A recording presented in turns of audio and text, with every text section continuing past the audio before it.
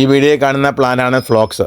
ഈ ഫ്ലോക്സിൻ്റെ പ്രത്യേകത എന്ന് പറഞ്ഞാൽ ഒരു ഫ്ലവറൊക്കെ ഉണ്ടാകുമെന്ന് പറഞ്ഞാൽ ഇത് കൊലയായിട്ടാണ് ഫ്ലവറുകൾ ഉണ്ടാകുന്നത്. ഒറ്റയ്ക്കല്ല ഫ്ലവർ ഉണ്ടാകുന്നത്. മറ്റ് പ്ലാന്റിനെ അപേക്ഷിച്ച് ഈ പ്ലാന്റ് കാണാൻ നല്ല ലുക്കാണ്. പക്ഷെ നമുക്ക് എല്ലാ സമയങ്ങളിലും നമ്മൾ ഈ ഫ്ലോക്സിനെ നമ്മൾ നടാറില്ല.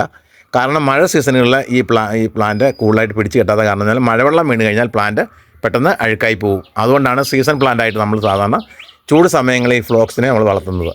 ഇതിനെ തണ്ടുകൾ കിളിപ്പിച്ച് വേണമെങ്കിൽ പോപ്പറേറ്റ് ചെയ്യാൻ ചുവട്ടിൽ നിന്ന് ചെറിയത് തന്നെ സ്റ്റെമ്മുകൾ എടുത്ത് വേണമെങ്കിൽ നമുക്ക് പോപ്പറേറ്റ് ചെയ്തെടുക്കാവുന്നതാണ്. അല്ലെങ്കിൽ നമുക്ക് വേണമെങ്കിൽ ഇതിൻ്റെ സീഡ് കിട്ടാറുണ്ട്. സീഡ് ഈ കാണുന്നതാണ് മല്ലി പോലിരിക്കുന്ന ഈ സീഡ്.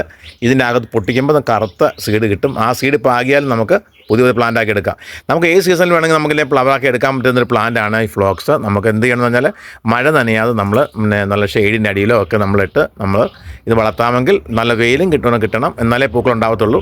നല്ലപോലെ പൂക്കളാക്കി എടുക്കാൻ പറ്റുന്ന ഒരു പ്ലാന്റാണ് ഈ ഫ്ലോക്സ്. അപ്പോൾ ഇത്രയും നല്ല പ്ലാന്റ് നമ്മൾ കണ്ടിട്ടുണ്ടോ ഇല്ലെന്ന് അറിയത്തില്ല. കണ്ടിട്ടില്ലാത്തവർ ഉണ്ട്, കമൻറ്റ് ഇടണം. അപ്പോൾ നല്ല ഇഷ്ടംപോലെ ഫ്ലവർ കിട്ടുന്ന പ്ലാന്റാണ്. അതുകൊണ്ട് ഈ ലൈക്ക് ചെയ്യാനും കമൻറ്റ് ഇടാനും മറക്കരുത്.